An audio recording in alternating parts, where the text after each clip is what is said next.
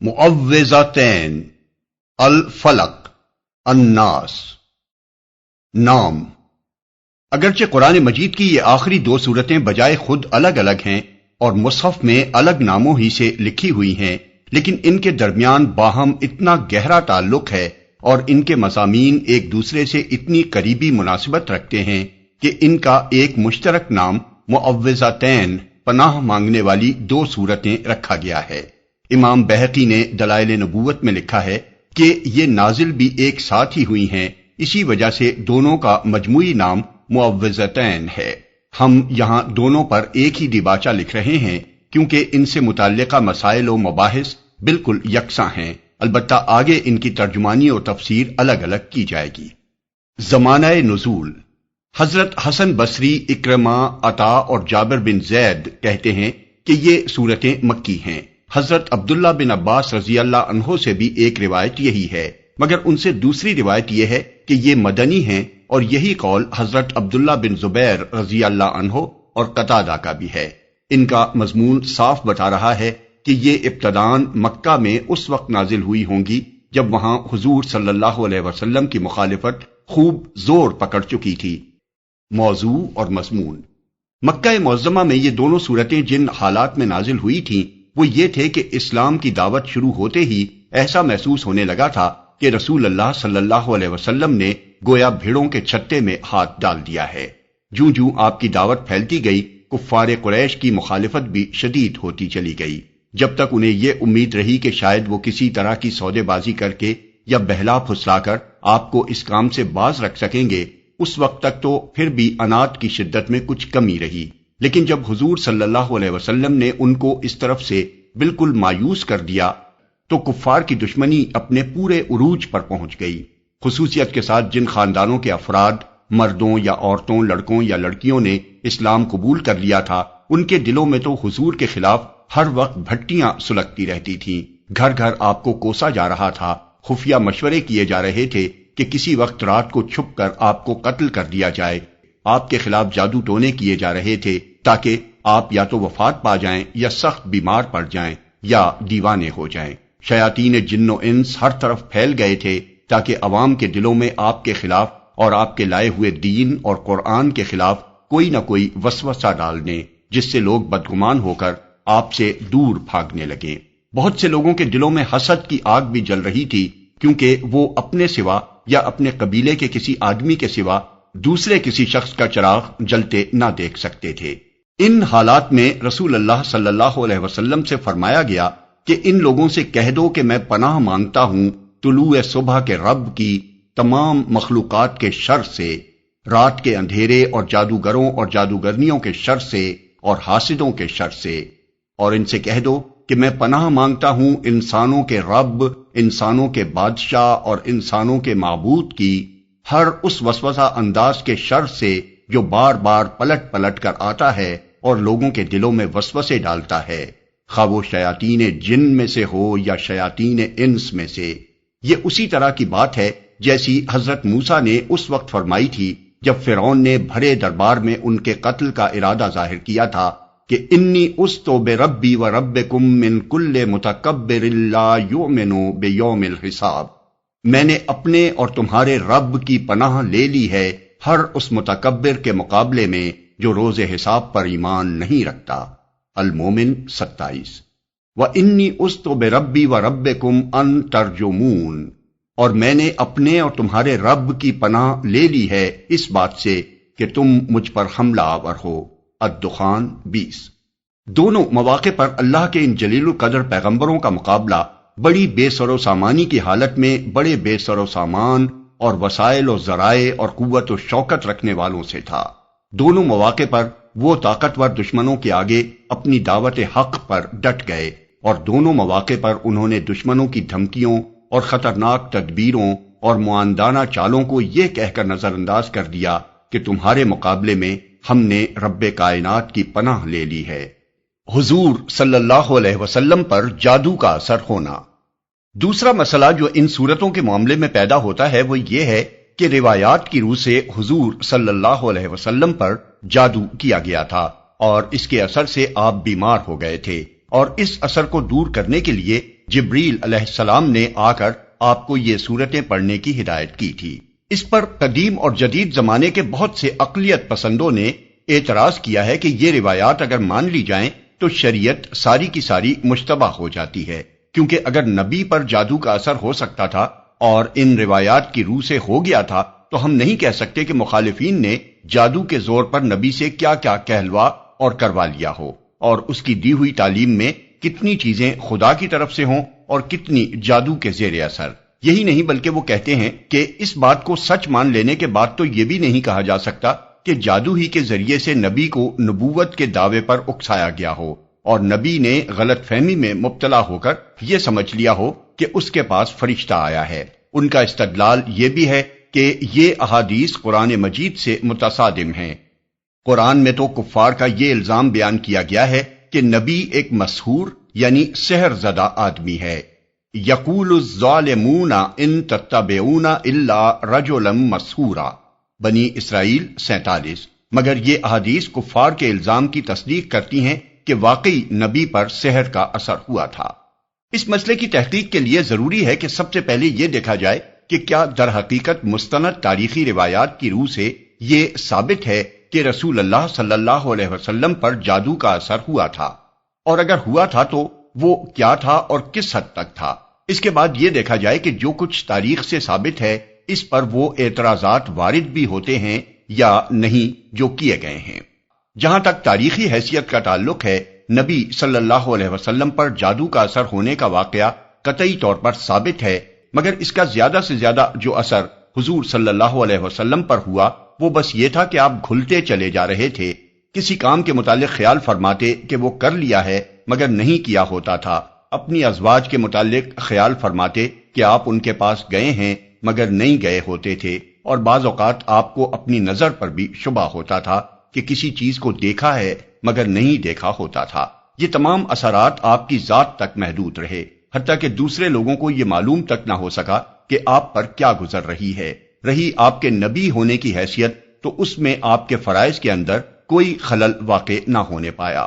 کسی روایت میں یہ نہیں ہے کہ اس زمانے میں آپ قرآن کی کوئی آیت بھول گئے ہوں یا کوئی آیت آپ نے غلط پڑھ ڈالی ہو، یا اپنی صحبتوں میں اور اپنے وعظوں اور خطبوں میں آپ کی تعلیمات کے اندر کوئی فرق واقع ہو گیا ہو، یا کوئی ایسا کلام آپ نے وحی کی حیثیت سے پیش کر دیا ہو جو فی الواقع آپ پر نازل نہ ہوا ہو، یا نماز آپ سے چھوٹ گئی ہو اور اس کے متعلق بھی کبھی آپ نے سمجھ لیا ہو کہ پڑھ لی ہے مگر نہ پڑھی ہو۔ ایسی کوئی بات معاذ اللہ پیش آ جاتی تو دھوم مچ جاتی اور پورا ملک عرب اس سے واقف ہو جاتا کہ جس نبی کو کوئی طاقت چت نہ کر سکی تھی اسے ایک جادوگر کے جادو نے چت کر دیا۔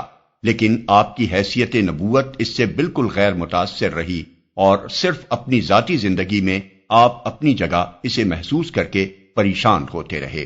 آخر کار ایک روز آپ حضرت عائشہ رضی اللہ عنہا کے ہاں تھے کہ آپ نے بار بار اللہ تعالیٰ سے دعا مانگی، اسی حالت میں نیند آ گئی یا غنودگی طاری ہوئی، اور پھر بیدار ہو کر آپ نے حضرت عائشہ رضی اللہ عنہا سے کہا کہ میں نے جو بات اپنے رب سے پوچھی تھی وہ اس نے مجھے بتا دی ہے۔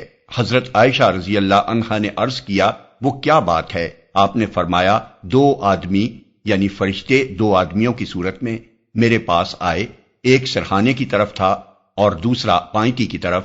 ایک نے پوچھا انہیں کیا ہوا؟ دوسرے نے جواب دیا ان پر جادو ہوا ہے۔ اس نے پوچھا کس نے کیا ہے؟ جواب دیا لبید بن عاصم نے۔ پوچھا کس چیز میں کیا ہے؟ جواب دیا کنگھی اور بالوں میں ایک نر کھجور کے خوشے کے غلاف کے اندر۔ پوچھا وہ کہاں ہے؟ جواب دیا بنی زریق کے کنویں زی اروان یا زروان کی تہ کے پتھر کے نیچے ہے۔ پوچھا اب اس کے لیے کیا کیا جائے؟ جواب دیا کہ کنویں کا پانی سونٹ دیا جائے اور پھر پتھر کے نیچے سے اس کو نکالا جائے۔ اس کے بعد نبی صلی اللہ علیہ وسلم نے حضرت علی رضی اللہ عنہ، حضرت عمار بن یاسر رضی اللہ عنہ اور حضرت زبیر رضی اللہ عنہ کو بھیجا۔ ان کے ساتھ جبیر بن ایاس الزرقی رضی اللہ عنہ اور قیس بن محسن الزرقی رضی اللہ عنہ یعنی بنی زریق کے یہ 2 اصحاب بھی شامل ہو گئے۔ بعد میں حضور صلی اللہ علیہ وسلم خود بھی چند اصحاب کے ساتھ وہاں پہنچ گئے۔ پانی نکالا گیا اور وہ غلاف برآمد کر لیا گیا۔ اس میں کنگھی اور بالوں کے ساتھ ایک تانت کے اندر 11 گریں پڑی ہوئی تھیں اور موم کا ایک پتلا تھا جس میں سوئیاں چبوئی ہوئی تھیں۔ جبریل علیہ السلام نے آ کر بتایا کہ آپ معوذتین پڑھیں، چنانچہ آپ ایک ایک آیت پڑھتے جاتے اور اس کے ساتھ ایک ایک گرہ کھولی جاتی اور پتلے میں سے ایک ایک سوئی نکالی جاتی رہی۔ خاتمے تک پہنچتے ہی ساری گرہیں کھل گئیں، ساری سوئیاں نکل گئیں اور آپ جادو کے اثر سے نکل کر بالکل ایسے ہو گئے جیسے کوئی شخص بندھا ہوا تھا، پھر کھل گیا۔ اس کے بعد آپ نے لبید کو بلا کر باز پرس کی، اس نے اپنے قصور کا اعتراف کر لیا اور آپ نے اس کو چھوڑ دیا، کیونکہ اپنی ذات کے لیے آپ نے کبھی کسی سے انتقام نہیں لیا۔ یہی نہیں بلکہ آپ نے اس معاملے کا چرچا کرنے سے بھی یہ کہہ کر انکار کر دیا کہ مجھے اللہ نے شفا دے دی ہے، اب میں نہیں چاہتا کہ کسی کے خلاف لوگوں کو بھڑکاؤں۔ یہ ہے سارا قصہ اس جادو کا۔ اس میں کوئی چیز ایسی نہیں ہے جو آپ کے منصب نبوت میں قادح ہو۔ ذاتی حیثیت سے اگر آپ کو زخمی کیا جا سکتا تھا، جیسا کہ جنگ احد میں ہوا، اگر آپ گھوڑے سے گر کر چوٹ کھا سکتے تھے جیسا کہ احادیث سے ثابت ہے، اگر آپ کو بچھو کاٹ سکتا تھا جیسا کہ کچھ اور احادیث میں وارد ہوا ہے، اور ان میں سے کوئی چیز بھی اس تحفظ کے منافی نہیں ہے جس کا نبی ہونے کی حیثیت سے اللہ تعالیٰ نے آپ سے وعدہ کیا تھا، تو آپ اپنی ذاتی حیثیت میں جادو کے اثر سے بیمار بھی ہو سکتے تھے۔ نبی پر جادو کا اثر ہو سکتا ہے، یہ بات تو قرآن مجید سے بھی ثابت ہے۔ سورہ آراف میں فرعون کے جادوگروں کے متعلق بیان ہوا ہے کہ حضرت موسیٰ کے مقابلے میں جب وہ آئے تو انہوں نے ہزارہا آدمیوں کے اس پورے مجمع کی نگاہوں پر جادو کر دیا جو وہاں دونوں کا مقابلہ دیکھنے کے لیے جمع ہوا تھا۔ سحروا اعین الناس آیت 116۔ اور سورہ طٰہٰ میں ہے کہ جو لاٹھیاں اور رسیاں انہوں نے پھینکی تھیں ان کے متعلق عام لوگوں ہی نے نہیں، حضرت موسیٰ علیہ السلام نے بھی یہی سمجھا کہ وہ ان کی طرف سانپوں کی طرح دوڑی چلی آ رہی ہیں، اور اس سے حضرت موسیٰ علیہ السلام خوف زدہ ہو گئے، یہاں تک کہ اللہ تعالیٰ نے ان پر وحی نازل کی کہ خوف نہ کرو، تم ہی غالب رہو گے، ذرا اپنا عصا پھینکو۔ آیات 66 تا 69۔ رہا یہ اعتراض کہ یہ تو کفار مکہ کے اس الزام کی تصدیق ہو گئی کہ نبی صلی اللہ علیہ وسلم کو وہ سحر زدہ آدمی کہتے تھے، تو اس کا جواب یہ ہے کہ کفار آپ کو سحر زدہ آدمی اس معنی میں نہیں کہتے تھے کہ آپ کسی جادوگر کے اثر سے بیمار ہو گئے ہیں، بلکہ اس معنی میں کہتے تھے کہ کسی جادوگر نے معاذ اللہ آپ کو پاگل کر دیا ہے، اور اسی پاگل پن میں آپ نبوت کا دعویٰ کر بیٹھے ہیں اور جنت و دوزخ کے افسانے سنا رہے ہیں۔ اب ظاہر ہے کہ یہ اعتراض ایسے معاملے پر سرے سے چسپاں ہی نہیں ہوتا جس کے متعلق تاریخ سے یہ ثابت ہے کہ جادو کا اثر صرف ذات محمد صلی اللہ علیہ وسلم پر ہوا تھا۔ نبوت محمد صلی اللہ علیہ وسلم اس سے بالکل غیر متاثر رہی۔ اسلام میں جھاڑ پھونک کی حیثیت۔ تیسرا مسئلہ ان صورتوں کے معاملے میں یہ پیدا ہوتا ہے کہ آیا جھاڑ پھونک کی اسلام میں کوئی گنجائش ہے، اور یہ کہ جھاڑ پھونک بجائے خود مؤثر بھی ہے یا نہیں۔ یہ سوال اس لیے پیدا ہوتا ہے کہ بکثرت صحیح احادیث میں یہ ذکر آیا ہے کہ رسول اللہ صلی اللہ علیہ وسلم ہر رات کو سوتے وقت اور خاص طور پر بیماری کی حالت میں معوذتین یا بعض روایات کے مطابق معوذات یعنی قل هو اللہ اور معوذتین 3 مرتبہ پڑھ کر اپنے دونوں ہاتھوں میں پھونکتے اور سر سے لے کر پاؤں تک پورے جسم پر جہاں جہاں تک بھی آپ کے ہاتھ پہنچ سکتے انہیں پھیرتے تھے۔ اس معاملے میں پہلے مسئلہ شرعی اچھی طرح سمجھ لینا چاہیے۔ بعض احادیث سے یہ بھی معلوم ہوتا ہے کہ ابتدا میں حضور صلی اللہ علیہ وسلم نے جھاڑ پھونک سے بالکل منع فرما دیا تھا، لیکن بعد میں اس شرط کے ساتھ اس کی اجازت دے دی کہ اس میں شرک نہ ہو، اللہ کے پاک ناموں یا اس کے کلام سے جھاڑا جائے، کلام ایسا ہو جو سمجھ میں آئے اور یہ معلوم کیا جا سکے کہ اس میں کوئی گناہ کی چیز نہیں ہے، اور بھروسہ جھاڑ پھونک پر نہ کیا جائے کہ وہ بجائے خود شفا دینے والی ہے، بلکہ اللہ پر اعتماد کیا جائے کہ وہ چاہے گا تو اسے نافع بنا دے گا۔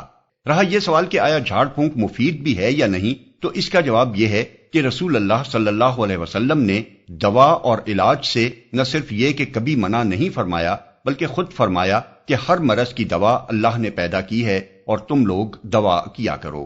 حضور صلی اللہ علیہ وسلم نے خود لوگوں کو بعض امراض کے علاج بتائے، جیسا کہ احادیث میں کتاب الطب کو دیکھنے سے معلوم ہو سکتا ہے، لیکن دوا بھی اللہ ہی کے حکم اور اذن سے نافع ہوتی ہے، ورنہ اگر دوا اور طبی معالجہ ہر حال میں نافع ہوتا تو ہسپتالوں میں کوئی نہ مرتا۔ اب اگر دوا اور علاج کرنے کے ساتھ اللہ کے کلام اور اس کے اسماء حسنہ سے بھی استفادہ کیا جائے، یا ایسی جگہ جہاں کوئی طبی امداد میسر نہ ہو، اللہ ہی کی طرف رجوع کر کے اس کے کلام اور اسماء و صفات سے استعانت کی جائے، تو یہ مادہ پرستوں کے سوا کسی کی عقل کے بھی خلاف نہیں ہے۔ مادہ پرست دنیا کے بھی بہت سے ڈاکٹروں نے اعتراف کیا ہے کہ دعا اور رجوع اللہ مریضوں کی شفایابی میں بہت کارگر چیز ہے۔ سورہ فاتحہ اور ان سورتوں کی مناسبت۔ آخری چیز جو معوذتین کے بارے میں قابل توجہ ہے وہ قرآن کے آغاز اور اختتام کی مناسبت ہے۔ قرآن کا آغاز سورہ فاتحہ سے ہوتا ہے اور اختتام معوذتین سے۔ اب ذرا دونوں پر ایک نگاہ ڈالیے۔ آغاز میں اللہ رب العالمین رحمان و رحیم اور مالک یوم الدین کی حمد و ثنا کر کے بندہ عرض کرتا ہے کہ آپ ہی کی میں بندگی کرتا ہوں اور آپ ہی سے مدد چاہتا ہوں، اور سب سے بڑی مدد جو مجھے درکار ہے وہ یہ ہے کہ مجھے سیدھا راستہ بتائیے۔ جواب میں اللہ تعالیٰ کی طرف سے سیدھا راستہ دکھانے کے لیے اسے پورا قرآن دیا جاتا ہے، اور اس کو ختم اس بات پر کیا جاتا ہے کہ بندہ اللہ تعالیٰ سے جو رب الفلق اور رب الناس، ملک الناس اور الہ الناس ہے، عرض کرتا ہے کہ میں ہر مخلوق کے ہر فتنے اور شر سے محفوظ رہنے کے لیے آپ ہی کی پناہ لیتا ہوں، اور خصوصیت کے ساتھ شیاطین جن و انس کے وسوسوں سے آپ کی پناہ مانگتا ہوں، کیونکہ راہ راست کی پیروی میں وہی سب سے زیادہ مانع ہوتے ہیں۔ اس آغاز کے ساتھ یہ اختتام جو مناسبت رکھتا ہے وہ کسی صاحب نظر سے پوشیدہ نہیں رہ سکتی۔